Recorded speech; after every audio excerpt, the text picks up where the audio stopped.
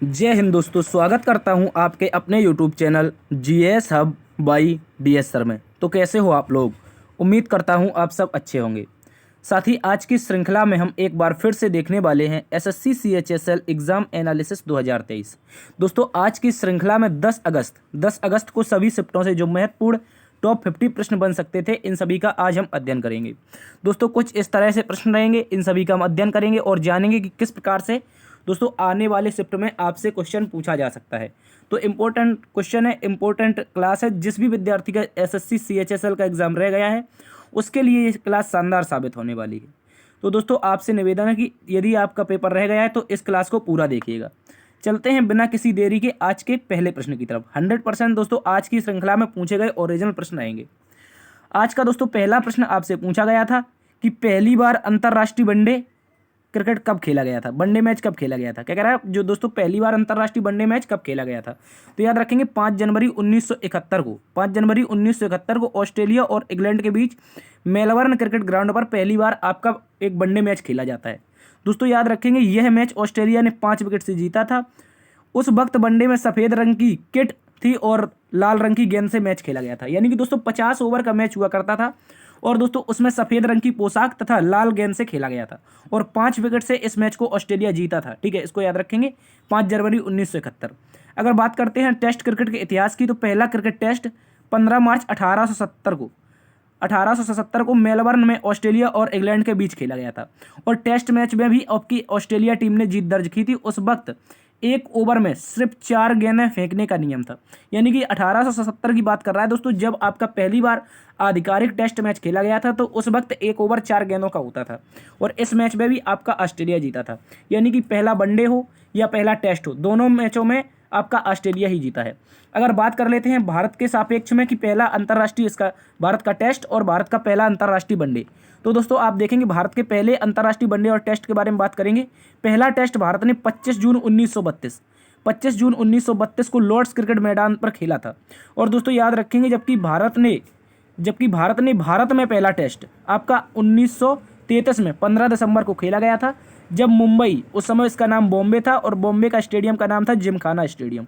इसमें पहली बार भारत का और इंग्लैंड के बीच यहाँ पर भारत में होता है, जबकि पहला भारत का जो टेस्ट मैच था वो 25 जून 1932 को होता है। याद रखेंगे जब 1933 में भारत में मैच होता है पहला टेस्ट, तो दोस्तों भारत की ओर से पहला टेस्ट शतक लाला अमरनाथ के द्वारा लगाया गया था। ठीक है, तो ऐसा भी क्वेश्चन बन सकता है कि भारत की तरफ से टेस्ट क्रिकेट में पहला शतक किसने लगाया? लाला अमरनाथ ने लगाया।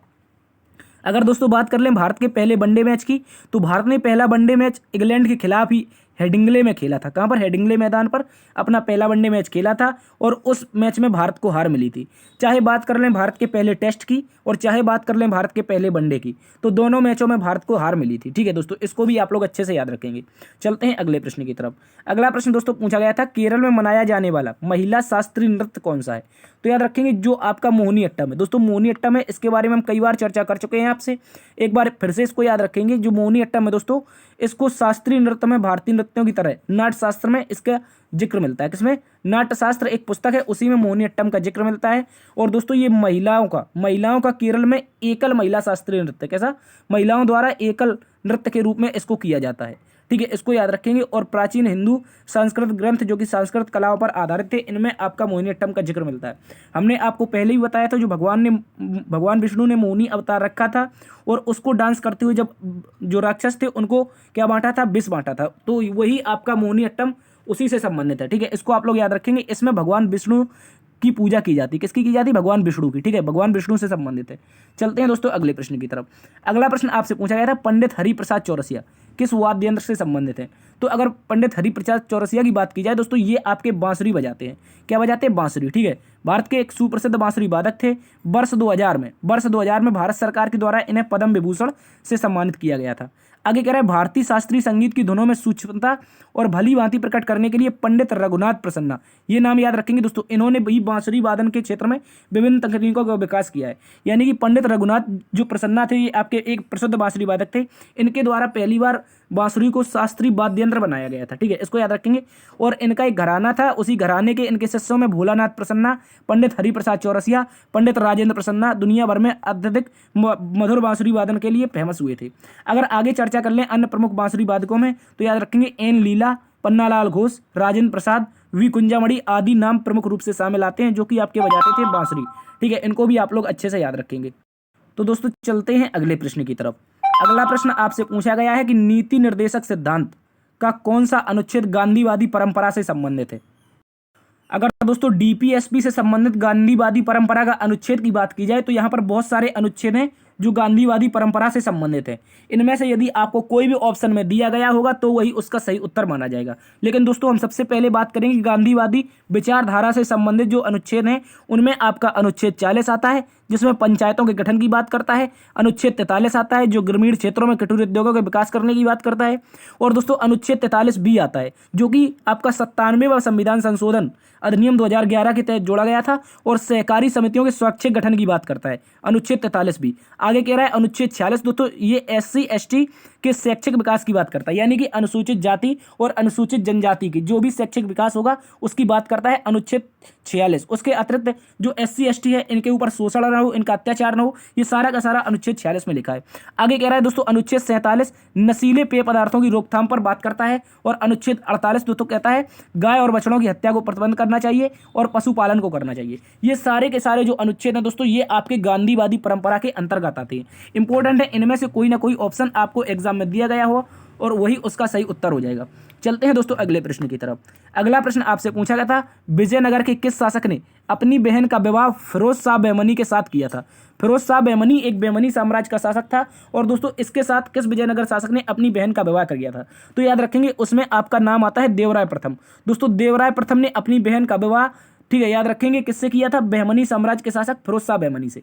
अगर बात कर लेते हैं विजयनगर साम्राज्य की स्थापना के बारे में तो दोस्तों हरिहर और बुक्का ने 1336 ईस्वी में इसकी स्थापना की थी। ठीक है, हरिहर बुक्का के पिता का नाम संगम था। हरिहर बुक्का जो थे ये दोनों भाइयों के पिता का नाम क्या था दोस्तों, ये संगम नाम था। इसी कारण इसका नाम क्या कहा जाता है, संगम वंश के नाम से इसे जाना जाता है। दोस्तों याद रखेंगे उन्हीं के नाम पर इस वंश का नाम संगम वंश पड़ा और इस वंश का प्रथम शासक हरिहर 1336 से 56 तक रहा था, जिसने 1336 ईस्वी में विजयनगर साम्राज्य की स्थापना की और हम्पी को अपनी राजधानी बनाया था। ठीक है, इसको याद रखेंगे। और विजयनगर साम्राज्य के सबसे प्रतापी शासक में तुलुव वंश के शासक, ये इंपॉर्टेंट नाम हो जाता है। तुलुव वंश के शासक आपके थे कृष्णदेवराय। कौन थे, कृष्णदेवराय। इनके बारे में पहले भी चर्चा कर चुके हैं हम लोग। जो तेनाली रामा और राजा कृष्णदेवराय की कहानियां सुनते हैं वो यही राजा थे, तुलुव वंश के शासक, और विजयनगर साम्राज्य से संबंधित थे। तो इसको भी आप लोग अच्छे से याद रखेंगे। चलते हैं दोस्तों अगले प्रश्न की तरफ। अगला प्रश्न आपसे कह रहा है एथेनॉल में जब अत्यधिक शांत सल्फ्यूरिक एसिड में मिलाया जाता है तो क्या होता है। दोस्तों जब एथेनॉल की अभिक्रिया किससे की जाती है, शांत सल्फ्यूरिक अम्ल यानी कि H2SO4 के साथ। H2SO4 के साथ जब ये अभिक्रिया होती है दोस्तों, जब इसको तीव्र गर्म कर दिया जाता है तो इसमें दोस्तों एथेन का निर्माण होता है। किसका होता है, एथेन का। इसको भी आप लोग अच्छे से याद रखेंगे। चलते हैं अगले प्रश्न की तरफ। अगला प्रश्न दोस्तों आपसे पूछा गया था मणिपुरी के लिए वर्ष 2021 में संगीत अकेडमी अवार्ड किसे दिया गया है। तो याद रखेंगे दोस्तों इनका नाम है थोकचोम इमेमुवी देवी। क्या नाम है दोस्तों, थोकचोम इमे मूवी देवी। ये आपकी सिक्किम राज्य से संबंधित है और मणिपुरी डांस के लिए 2021 में दोस्तों संगीत अकेडमी अवार्ड से सम्मानित की गई थी। चलते हैं दोस्तों अगले प्रश्न की तरफ। अगला प्रश्न आपसे पूछा था सीमांत गांधी के नाम से किसे जाना जाता है। तो दोस्तों अगर बात कर रहे हैं सीमांत गांधी या दोस्तों फ्रंटियर गांधी, फ्रंटियर गांधी इनको दोस्तों जाना जाता है खान अब्दुल गफ्फार खां को। किसको जाना जाता है, खान अब्दुल गफ्फार खां को। याद रखेंगे खान अब्दुल गफ्फार खां के द्वारा महिलाओं के अधिकारों अहिंसा पर पुरजोर समर्थक थे। वो एक ऐसे समाज का घोर सम्मान और प्रतिष्ठा मिली थी जो लड़ाकू प्रवृत्ति के लिए जाना जाता था। ठीक है, ये एक ऐसे व्यक्ति थे जो लड़ाकू प्रवृत्ति से आते थे, लेकिन ये इसको बदल करके ये अहिंसा के मार्ग पर चले गए थे। आगे कह रहा है दोस्तों उन्होंने ताउम्र अहिंसा का विश्वास कायम रखा और इन सिद्धांतों के कारण भारत ने उन्हें फ्रंटियर गांधी या सीमांत गांधी के नाम से पुकारा था। किसके द्वारा, भारत के द्वारा। और दोस्तों ये बलूचिस्तान के क्षेत्र में अफगानिस्तान से जो सीमा बनाता है वर्तमान में पाकिस्तान में, उसी पर इन्होंने क्या किया था दोस्तों, यहाँ पर क्या किया था, एक आंदोलन किया था जिसे दोस्तों कहा जाता है लाल कुर्ती या लाल शर्ट आंदोलन। ठीक है, ये आंदोलन 1930-31 में चला था, खान अब्दुल गफ्फार के द्वारा शुरू किया गया था। कह रहा है दोस्तों इसे खुदाई खिदमतगार आंदोलन भी कहा जाता है। खुदाई खिदमतगार एक फारसी शब्द है जिसका अर्थ हिंदी में होता है भगवान का सेवक। ठीक है, खुदाई खिदमतगार एक आपका फारसी शब्द है जिसका अर्थ क्या होता है, भगवान का सेवक। ठीक है, इसको भी याद रखेंगे, सर्वेंट ऑफ गॉड। ठीक है, इसको याद रखेंगे। लाल कुर्ती आंदोलन जो 1930-31 में चला था, ये आपका खान अब्दुल गफ्फार खां के चलाया गया था के द्वारा। ठीक है, खान अब्दुल गफ्फार खां के द्वारा चलाया गया था और कहाँ पर, बलूचिस्तान वाले अफगानिस्तान सीमा पर। ठीक है, इसको याद रखेंगे। चलते हैं दोस्तों अगले प्रश्न की तरफ, और ये भी बात कर लें अगर इस आंदोलन का जो उद्देश्य था, लाल कुर्ती जो आंदोलन था, इसका उद्देश्य क्या था दोस्तों? भारत में तो आपका सबने अवज्ञा आंदोलन चल रहा था, उसी वक्त इन्होंने गांधी जी के सहयोग करने के लिए भारत की जो सीमा थी, उस समय पाकिस्तान भी भारत का हिस्सा हुआ करता था, और उसी सीमा पर इन्होंने फ्रंटियर गांधी के नाम से खुदाई खिदमतगार आंदोलन चलाया था। चलते हैं दोस्तों अगले प्रश्न की तरफ। अगला प्रश्न आपसे पूछा है समाजवाद, बंधुता और समता किस देश के संविधान से ली गई है? तो दोस्तों अगर बात कर लें समाजवाद, बंधुता और समता के बारे में, ये दोस्तों आपकी फ्रांस के संविधान से ली गई है। भारतीय संविधान में स्वतंत्रता, समता और बंधुता का सिद्धांत भारतीय संविधान के ठीक पहले फ्रांस की क्रांति से उधार लिए गए हैं। अगर बात कर लें ऑस्ट्रेलियाई संविधान से दोस्तों क्या लिया है? प्रस्तावना की भाषा, समवर्ती सूची का प्रावधान, केंद्र राज्य के बीच संबंध, शक्तियों का विभाजन, व्यापार और वाणिज्य संसद, दोनों सदनों में संयुक्त बैठक ऑस्ट्रेलिया के संविधान से भारत में जोड़ी गई है। ठीक है, जो आपकी ज्वाइंट सेटिंग होती है दोस्तों, जो आपकी ज्वाइंट सेटिंग होती है अनुच्छेद 108 के तहत, ये आपकी ऑस्ट्रेलिया के संविधान से ली गई है। आगे कह रहा है फ्रांसीसी संविधान, तो जो गणतंत्रात्मकता है, भारत जो एक गणतंत्र देश है, ये कहाँ से लिया गया है? फ्रांस से लिया गया है। इसके अतिरिक्त जापानी संविधान की बात कर ली जाए तो दोस्तों विधि द्वारा स्थापित प्रक्रिया जापान से ली गई है। ठीक है, और अगर बात कर लें दक्षिण अफ्रीका के संविधान से दोस्तों, इस संविधान दोस्तों दक्षिण अफ्रीका के संविधान से हमने संविधान संशोधन की प्रक्रिया ली है, और राज्यसभा में सदस्यों का निर्वाचन दक्षिण अफ्रीका के संविधान से लिया गया है। ये सारी की सारी इंपॉर्टेंट चीजें हैं जो हमने विभिन्न देशों के संविधान से ली गई हैं, इनको आप लोग अच्छे से याद रखेंगे। तो क्वेश्चन हमसे क्या पूछा था? समाजवाद, बंधुता और समता किस देश के संविधान से ली गई है? तो याद रखेंगे फ्रांस की क्रांति से। चलते हैं दोस्तों अगले प्रश्न की तरफ। अगला प्रश्न आपसे पूछा गया था 2011 की जनगणना के अनुसार जनसंख्या वृद्धि दर कितनी थी? तो अगर बात कर लें जनसंख्या वृद्धि दर के बारे में तो दोस्तों ये आपकी 17.7%, 17.7%, ये आपकी भारत की 2001 की तुलना में 2011 में जनसंख्या बढ़कर हो गई थी। ठीक है, और याद रखेंगे 17.70 की 10 की वृद्धि के साथ 1.21 अरब यानी 121 करोड़ आपकी जनसंख्या थी। लेकिन वर्तमान में आप सभी को पता होगा हम चीन को पछाड़कर लगभग 143 करोड़ भी पार कर चुके हैं। अगर बात करें वयस्क साक्षरता की तो 9.21%, 10 की वृद्धि के आधार पर 74 आपकी 04 आपकी साक्षरता थी। तो 2011 की जनगणना के अनुसार जो साक्षरता थी वो दोस्तों कितनी थी? याद रखेंगे ये आपकी 74.04। ठीक है, ये आपकी साक्षरता थी। चलते हैं अगले प्रश्न की तरफ। अगला प्रश्न आपसे पूछा था ISSF rifle pistol world championship 2022 में भारत ने कितने मेडल जीते थे? तो दोस्तों याद रखेंगे जो आईएसएस आपकी पिस्टल वर्ल्ड का हुआ था, वर्ल्ड चैंपियनशिप हुई थी, इसमें भारत ने 34 मेडल जीते थे। कितने? 34 मेडल। इनमें से दोस्तों आपके 12 गोल्ड थे, 9 सिल्वर थे और 13 कांस्य पदक सहित कुल मिलाकर के कितने मेडल थे? 34 मेडल थे। और बात कर ली जाए इस चैंपियनशिप का आयोजन कहाँ पर हुआ था? तो मिस्र की राजधानी, दोस्तों मिस्र की राजधानी कायरा में इसका आयोजन किया गया था। और इस प्रतियोगिता में प्रथम स्थान पर आपका चीन रहा था। कौन रहा था?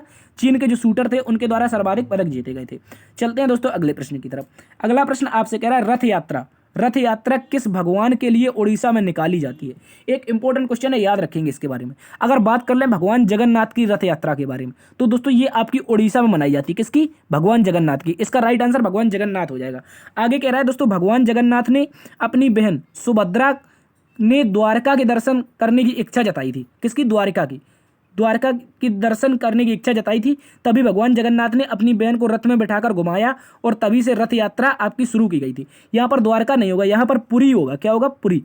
तो आपकी जो जगन्नाथ यात्रा होती है ये कहाँ पर होती है? पुरी में। तो यही पुरी में जो यात्रा होती है ये आपने भगवान जगन्नाथ ने अपनी बहन सुभद्रा के लिए और भाई बलभद्र के साथ इस यात्रा को किया था। ठीक है, इसको आप लोग अच्छे से याद रखेंगे। चलते हैं अगले प्रश्न की तरफ। अगला प्रश्न दोस्तों पूछा था आवृत्ति का मात्रक क्या होता है? तो अगर बात कर लें आवृत्ति के मात्रक में तो याद रखेंगे दोस्तों आवृत्ति का जो एसआई मात्रक होता है वो आपका हर्ट्ज होता है। क्या होता है? हर्ट्ज। इंपॉर्टेंट है, याद रखेंगे। अगर बात कर लें भार का एसआई मात्रक दोस्तों न्यूटन होता है, जबकि द्रव्यमान का एसआई मात्रक किलोग्राम होता है। भार और द्रव्यमान दोनों अलग अलग होते हैं। ठीक है, आगे कह रहा ऊष्मा का एसआई मात्रक जूल होता है। ठीक है, संवेग का जो एसआई मात्रक होता है दोस्तों वो आपका किलोग्राम मीटर प्रति सेकंड है। ठीक है, केजी एम। ठीक है, केजी एम प्रति मीटर सेकंड, ये आपका किसका है? संवेग का है। अगर घनत्व का एसआई मात्रक की बात की जाए तो किलोग्राम प्रति घन मीटर होता है। ऊर्जा का एसआई मात्रक दोस्तों जूल होता है। इनको भी आप लोग अच्छे से याद रखेंगे। चलते हैं अगले प्रश्न की तरफ। अगला प्रश्न दोस्तों आपसे पूछा गया था गोगा नवमी फेस्टिवल कहाँ पर मनाया जाता है? तो गोगा नवमी दोस्तों आपका मुख्य रूप से आपका जो राजस्थान में मनाया जाता है। कहाँ पर मनाया जाता है? वैसे तो बहुत सारे राज्यों में मनाया जाता है, लेकिन जो मुख्य राज्य है वो आपका राजस्थान है। सर इसके बारे में कैसे कह सकते हैं कि राजस्थान ही है? ठीक है। तो याद रखेंगे जो राजस्थान है यहाँ पर भगवान गोगा का जन्म हुआ था। किसका? भगवान गोगा का। कह रहा है गोगा नवमी के अवसर पर राजस्थान, यूपी, हिमाचल प्रदेश, पंजाब और हरियाणा राज्यों में विभिन्न मेलों का आयोजन किया जाता है। इनमें से सबसे बड़ा मेला हिमाचल प्रदेश के हमीरपुर जिले में मनाया जाता है। ठीक है। वैसे उत्तर प्रदेश का एक जिला आपका हमीरपुर है, लेकिन आपका हिमाचल प्रदेश में एक जिला पड़ता है, उसका नाम भी हमीरपुर है। ठीक है। तो जो गोगा नवमी है इसका जो सबसे बड़ा मेला होता है वो हिमाचल प्रदेश के हमीरपुर में होता है। कह रहा है राजस्थान के महापुरुष गोगा जी का जन्म भाद्रपद मास की कृष्ण पक्ष की नवमी तिथि को हुआ था। इसे गोगा नवमी के नाम से जानते हैं। कथाओं के अनुसार कहा जाता है जो गोगा है, गोगा जी हैं, ये भगवान गोगा जी को सांपों का देवता भी कहा जाता है और दोस्तों इस रूप में इन्हें पूजा जाता है। कह रहा है गोगा देव, जाहर वीर, गोगा राणा, जाहर पीर, गोगा जी जैसे आदि नामों से जाने जाते हैं। तो जो भगवान गोगा थे ये कहा जाता है कि गुरु शंकराचार्य के शिष्य थे। किसके थे? गुरु शंकराचार्य के शिष्य। और इन्हीं को दोस्तों क्या इसी के नाम पर राजस्थान में सबसे पहले आपकी गोगा नवमी मनाई जाती है और आपकी अतिरिक्त और भी राज्य इससे संबंधित है, लेकिन इसका जो राइट आंसर माना जाएगा वो राजस्थान माना जाएगा। चलते हैं दोस्तों अगले प्रश्न की तरफ। अगला प्रश्न आपसे पूछा था एल्काइन में कुल कितने बॉन्ड होते हैं।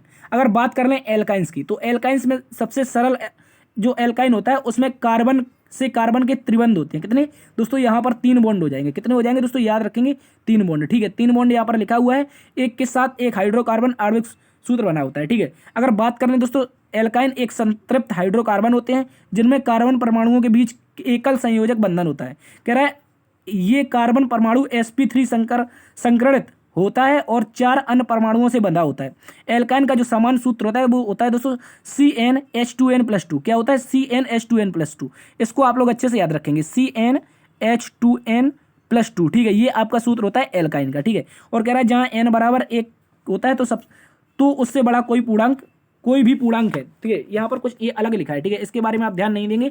जो एल्काइन का सूत्र है उसको याद रखेंगे, CnH2n+2 ये आपका एल्काइन का सूत्र होता है और ये इसमें त्रिबंध होते हैं। ठीक है। चलते हैं अगले प्रश्न की तरफ। अगला प्रश्न दोस्तों कह रहा है छऊ लोक नृत्य किस राज्य में मनाया जाता है। तो छऊ दोस्तों वैसे तो आपका 3 राज्यों में मनाया जाता है, लेकिन जो इसका उद्गम है वो पश्चिम बंगाल में हुआ है। ठीक है। पश्चिम बंगाल, ओडिशा और झारखंड में राज्य में प्रचलित है आपका छऊ लोक नृत्य। और दोस्तों इसे अर्धशास्त्रीय नृत्य कहा जाता है। क्या कहा जाता है? अर्धशास्त्रीय नृत्य। इसको भी आप लोग अच्छे से याद रखेंगे। क्या है? अर्धशास्त्रीय नृत्य आपका छऊ। और ये 3 राज्यों में मनाया जाता है। झारखंड में सरायकेला, मयूरभंज ओडिशा में आपका छऊ मनाया जाता है, पुरुलिया छऊ आपका पश्चिम बंगाल में। जो ये पुरुलिया छऊ है दोस्तों यहीं से छऊ का उद्गम होता है। चलते हैं दोस्तों अगले प्रश्न की तरफ। अगला प्रश्न आपसे पूछा गया था रामगंगा नदी का उद्गम स्थल कौन सा है। तो रामगंगा नदी है जो दोस्तों ये आपकी उत्तराखंड राज्य से निकलती है। कहाँ से निकलती है? उत्तराखंड से। ठीक है। रामगंगा नदी का उद्गम उत्तराखंड राज्य के पौड़ी गढ़वाल जिले में दूध तौली पहाड़ी के दक्षिणी ढलानों से होता है। नदी का स्रोत जिसे दिवाली खाल के नाम से जाना जाता है, यानी कि जो स्रोत है उसे दिवाली खाल कहा जाता है, जबकि पौड़ी गढ़वाल जिले में इसका उद्गम होता है। ठीक है। आप सभी को पता होगा जो रामगंगा नदी है ये आपकी जिम कॉर्बेट राष्ट्रीय उद्यान के बीच से होकर बहती है। इसी कारण जिम कॉर्बेट राष्ट्रीय उद्यान का नाम क्या कर दिया है दोस्तों? Ramganga national park. ठीक है। रामगंगा राष्ट्रीय उद्यान कर दिया है जिम कॉर्बेट का। इसको भी आप लोग अच्छे से याद रखेंगे। चलते हैं अगले प्रश्न की तरफ। अगला प्रश्न पूछा है दोस्तों त्रिपुरा के वर्तमान मुख्यमंत्री कौन है। तो याद रखेंगे ये है दोस्तों श्री माणिक शाह। कौन है? डॉक्टर माणिक शाह। इसको याद रखेंगे। डॉक्टर माणिक शाह यहाँ के क्या है दोस्तों? वर्तमान में सीएम हो जाएंगे। इसको भी आप लोग अच्छे से याद रखेंगे। चलते हैं अगले प्रश्न की तरफ। अगला प्रश्न दोस्तों आपसे पूछा था विधि द्वारा स्थापित प्रक्रिया किस देश से ली गई है। तो अभी हम चर्चा कर चुके हैं ये जो प्रक्रिया है दोस्तों ये कहाँ से ली गई है? जापान के संविधान से। ठीक है। विधि द्वारा स्थापित प्रक्रिया आपकी जापान के संविधान से ली गई है। और जापान के संविधान के बारे में एक रोचक बात है कि जो जापान का संविधान है दोस्तों ये एशिया का पहला संविधान था। एशिया का क्वेश्चन पूछ लेगा पहला संविधान कौन है, तो याद रखेंगे एशिया का जो पहला कॉन्स्टिट्यूशन है ये आपका हो जाएगा जापान का संविधान। ठीक है। इसको आप लोग अच्छे से याद रखेंगे। एशिया का पहला कॉन्स्टिट्यूशन जापान का। चलते हैं अगले प्रश्न की तरफ। अगला प्रश्न दोस्तों आपसे पूछा था वर्नाकुलर प्रेस एक्ट कब आया था। ये दोस्तों आपका क्वेश्चन रिपीट हुआ है। ठीक है। ये आपका रिपीट हुआ है, इसको याद रखेंगे। ये आया था 1878 में। कब आया था दोस्तों? 1878 में आया था। और दोस्तों इसका जो मुख्य उद्देश्य था वो आपका जो भारत में स्वतंत्र प्रेस चल रही थी उसको बंद करना था। ठीक है। इसको याद रखेंगे। और दोस्तों इस समय जो वायसराय था वो आपका लिटन था। कौन था? लिटन। लेकिन 1882 में जैसे ही वायसराय आपका रिपन बनता है तो दोस्तों इसको खत्म कर देता है। ठीक है। वर्नाकुलर प्रेस एक्ट 1882 में खत्म हो जाता है। 1878 में आया था। चलते हैं अगले प्रश्न की तरफ। अगला प्रश्न कह रहा है दोस्तों मीराबाई चानू वर्ष 2020 में कौन सा पदक जीता था। तो दोस्तों वर्ष 2020 में एक वेटलिफ्टिंग वर्ल्ड चैंपियनशिप हुई थी। क्या हुई थी? भारोत्तोलन विश्व चैंपियनशिप। और मीराबाई चानू ने दोस्तों यहाँ पर क्या जीता था? याद रखेंगे गोल्ड जीता था। ठीक है। विश्व भारोत्तोलन चैंपियनशिप में मीराबाई चानू के द्वारा गोल्ड जीता गया था। चलते हैं अगले प्रश्न की तरफ। अगला प्रश्न कह रहा है दोस्तों राजतरंगिणी पुस्तक की रचना कल्लड़ के द्वारा की गई है। तो इस पुस्तक में किसके इतिहास का जिक्र मिलता है? दोस्तों आपकी राजतरंगिणी है। कौन है? जो दोस्तों आपकी राजतरंगिणी पुस्तक है, ये आपकी कल्लड़ के द्वारा लिखी गई। किसके द्वारा? कल्लड़ के द्वारा। ठीक है, इसको आप लोग अच्छे से याद रखेंगे। और राजतरंगिणी के जो अर्थ होता है दोस्तों, इसे कहा जाता है राजाओं की नदी। क्या कहा जाता है? राजतरंगिणी का जो अर्थ होता है ये आपका होता है राजाओं की नदी। इसको भी आप लोग अच्छे से याद रखेंगे। और इसमें दोस्तों जम्मू कश्मीर का इतिहास मिलता है। किसका? जम्मू एंड कश्मीर का इतिहास मिलता है। इसको आप लोग अच्छे से याद रखेंगे। चलते हैं अगले प्रश्न की तरफ। अगला प्रश्न दोस्तों आपसे पूछा गया था असगरी बाई किससे संबंधित है? तो असगरी बाई की बात की जाए दोस्तों, ये एक ध्रुपद गायिका है। क्या है दोस्तों? असगरी बाई भारत की एक सुप्रसिद्ध ध्रुपद गायिका है और इनको पद्मश्री, तानसेन सम्मान, अकादमी सम्मान और शिखर सम्मान आदि ये प्राप्त कर चुकी हैं। यानी ये इंपॉर्टेंट ध्रुपद गायिका है क्योंकि इनको बहुत सारे सम्मान मिल चुके हैं। ठीक है, चलते हैं अगले प्रश्न की तरफ। अगला प्रश्न दोस्तों आपसे पूछा था भारत में कितने प्रतिशत जनसंख्या शहरों में निवास करती है? ये भी दोस्तों आपका रिपीट हुआ था। ठीक है, यदि आपने पिछली क्लासें देखी हैं तो ये रिपीट क्वेश्चन है। 31.16% आपकी कहाँ की हो जाएगी? अर्बन जनसंख्या हो जाएगी। जबकि आपकी जो दोस्तों 68.84% है, ये आपकी कैसी हो जाएगी? ये आपकी ग्रामीण जनसंख्या हो जाएगी। ठीक है, इसको भी आप लोग अच्छे से याद रखेंगे। चलते हैं अगले प्रश्न की तरफ। अगला प्रश्न दोस्तों आपसे कह रहा है भारत का 100% ऊर्जा से संचालित होने वाला पहला एयरपोर्ट कौन सा है? अगर बात कर लें दोस्तों भारत का 100% सौर ऊर्जा से चलने वाला जो एयरपोर्ट है दोस्तों, वो आपका हो जाएगा कोचीन अंतरराष्ट्रीय हवाई अड्डा, जो कि कहाँ पर स्थित है? आपका केरल में स्थित है। ठीक है, इसको याद रखेंगे। कह रहे हैं दोस्तों केरल में कोचीन अंतरराष्ट्रीय हवाई अड्डा दुनिया का पहला सौर ऊर्जा संचालित हवाई अड्डा है। ठीक है, ये दोस्तों भारत का ही नहीं बल्कि दुनिया का भी पहला अंतरराष्ट्रीय ऐसा हवाई अड्डा है जो कि 100% सौर ऊर्जा से चल रहा है। कह रहा है दोस्तों यहाँ पर 46,000 सौर ऊर्जा पैनल लगाए गए हैं, जिसके माध्यम से 12 मेगावाट की सौर ऊर्जा का उत्पादन होता है। ठीक है, इसको याद रखेंगे। चलते हैं दोस्तों अगले प्रश्न की तरफ। अगला प्रश्न आपसे पूछा गया था दोस्तों शोभना नारायण को वर्ष 1992 में कौन सा पुरस्कार मिला था? ऐसा भी क्वेश्चन हम सीजीएल में देख चुके हैं दोस्तों, याद रखेंगे। 1992 में दोस्तों इनको क्या मिला था? पद्मश्री मिला था। क्या मिला था? पद्मश्री। इंपॉर्टेंट है, याद रखेंगे। आगे कह रहा है शोभना नारायण भारत की एक सुप्रसिद्ध कथक की नृत्यांगना है। कैसी है दोस्तों? शोभना नारायण कथक से संबंधित है। उनके एक करियर के अधिकारी के रूप में भारतीय लेखा परीक्षक और लेखा सेवा के लिए काम करती रही हैं। ये भारतीय लेखा परीक्षक भी रह चुकी हैं। ठीक है, और आगे कह रहा है दोस्तों वह घरेलू एवं विदेशों दोनों में प्रदर्शन करती थी। वर्ष 1992 में उन्हें पद्मश्री सम्मान मिला था। इनके गुरु का नाम पंडित बिरजू महाराज था। तो पंडित बिरजू महाराज के बारे में आप सभी जानते होंगे। ये कथक के एक प्रसिद्ध क्या थे? एक डांसर थे। ठीक है, चलते हैं अगले प्रश्न की तरफ। अगला प्रश्न दोस्तों आपसे पूछ रहा है विजयनगर साम्राज्य की स्थापना के दौरान दिल्ली सल्तनत का शासक कौन था? तो दोस्तों अभी हमने चर्चा की थी विजयनगर साम्राज्य की स्थापना की। ये कब हुई थी? 1336 में हरिहर एंड बुक्का के द्वारा की गई थी। किसके द्वारा? हरिहर एंड बुक्का के द्वारा। तो इस समय जो शासक था दिल्ली सल्तनत में वो आपका मोहम्मद बिन तुगलक था। कौन था? MBT। ठीक है, मोहम्मद बिन तुगलक इस समय क्या था दोस्तों? शासक था, जो कि तुगलक वंश का एक प्रसिद्ध शासक था। चलते हैं अगले प्रश्न की तरफ। अगला प्रश्न दोस्तों आपसे पूछा गया था ग्रैंड ट्रंक रोड कहाँ से कहाँ तक बना हुआ है? तो ग्रैंड ट्रंक रोड दोस्तों ये आपका 4 देशों से होकर गुजरता है। कितने देशों से? 4 देशों से, जो आपका अफगानिस्तान, पाकिस्तान, भारत और बांग्लादेश। ठीक है, याद रखेंगे। ग्रैंड ट्रंक रोड दक्षिण एशिया के सबसे पुराने और सबसे लंबे राजमार्गों में एक है और कह रहा है दोस्तों 2 सदियों के अधिक काल के लिए इस मार्ग को भारतीय उपमहाद्वीप के पूर्वी एवं पश्चिमी भागों को जोड़ता है। ठीक है, और आगे कह रहा है यह हावड़ा के पश्चिम में स्थित बांग्लादेश के चटगांव से प्रारंभ होता है और लाहौर के पाकिस्तान होते हुए अफगानिस्तान के काबुल तक जाता है। ठीक है, तो बांग्लादेश, भारत, लाहौर पाकिस्तान और आपका अफगानिस्तान में काबुल। ठीक है, 4 देशों से होकर गुजरता है। ग्रैंड ट्रंक रोड 4 देशों से होकर गुजरती है। ग्रैंड ट्रंक रोड सदियों से इस्तेमाल होता रहा है, लेकिन 16वीं शताब्दी में दिल्ली के सुल्तान शेर शाह सूरी के द्वारा इसे पक्का करवाया गया था और दूरी मापने के लिए जगह जगह पत्थर लगवाए गए थे। दोस्तों हम जानते हैं कि जो GT रोड है किसने बनवाया था? शेर शाह सूरी ने। लेकिन ये हकीकत नहीं है दोस्तों, ये चंद्रगुप्त मौर्य के शासनकाल से है। लेकिन जो शेर शाह सूरी था इसने क्या किया था? इस रोड को पक्का करवाया था, यानी ये पत्थर गड़वाए थे। ठीक है, इसको भी आप लोग अच्छे से याद रखेंगे। चलते हैं अगले प्रश्न की तरफ। अगला प्रश्न पूछा है दोस्तों लाडली लक्ष्मी योजना की शुरुआत कब हुई? सबसे पहले तो याद रखेंगे जो लाडली लक्ष्मी योजना है दोस्तों ये आपकी मध्य प्रदेश की योजना है। कहाँ की? मध्य प्रदेश की। और इस योजना की शुरुआत 1 अप्रैल 2007 को हुई थी। ठीक है, इंपॉर्टेंट है, याद रखेंगे। आगे कह रहा है दोस्तों धुरिया नृत्य किस राज्य में मनाया जाता है? तो जो दोस्तों आपका धुरिया नृत्य है ये आपका उत्तर प्रदेश में मनाया जाता है। कहाँ पर? उत्तर प्रदेश में। और उत्तर प्रदेश का एक एरिया है जिसे हम कहते हैं बुंदेलखंड एरिया। कौन सा एरिया? बुंदेलखंड का एरिया। और बुंदेलखंड में ही दोस्तों आपका धुरिया नृत्य मनाया जाता है और बुंदेलखंड का एक प्रसिद्ध लोक नृत्य है। इसको आप लोग अच्छे से याद रखेंगे। चलते हैं अगले प्रश्न की तरफ। अगला प्रश्न पूछा दोस्तों, भारतीय संविधान में संसदीय प्रणाली किस देश के संविधान से ली गई है? तो दोस्तों ये भी आपका रिपीटेड क्वेश्चन था। कैसा था? Repeated question. और ये दोस्तों हम बता चुके हैं, जो संसदीय प्रणाली है वो कहाँ से ली गई है? इंग्लैंड के संविधान से ली गई है। ठीक है, कहाँ के संविधान से? इंग्लैंड के संविधान से। इसको भी आप लोग अच्छे से याद रखेंगे। चलते हैं दोस्तों अगले प्रश्न की तरफ। तो ये थी साथी आज की क्लास। उम्मीद करता हूँ आज की क्लास आपको पसंद आई होगी। यदि पसंद आई है तो एक बार से सेशन को लाइक कर दीजिए, दोस्तों में सेशन को शेयर करिए। यदि चैनल पर नए हैं और अभी तक आपने सब्सक्राइब नहीं किया है तो आपसे निवेदन है कि सब्सक्राइब जरूर कर ले। इससे क्या होगा दोस्तों, जब भी हमारी क्लास आएगी, एनालिसिस आएगा, तो सबसे पहले आपके पास नोटिफिकेशन पहुंच जाएगा। ठीक है दोस्तों, देखते रहिए जी सब बाई सर। बड़ों का सम्मान करना, छोटों को प्यार देना। तब तक के लिए अपना भी ख्याल रखना। मिलते हैं कल एक और नए एनालिसिस के साथ। तब तक के लिए जय हिंद।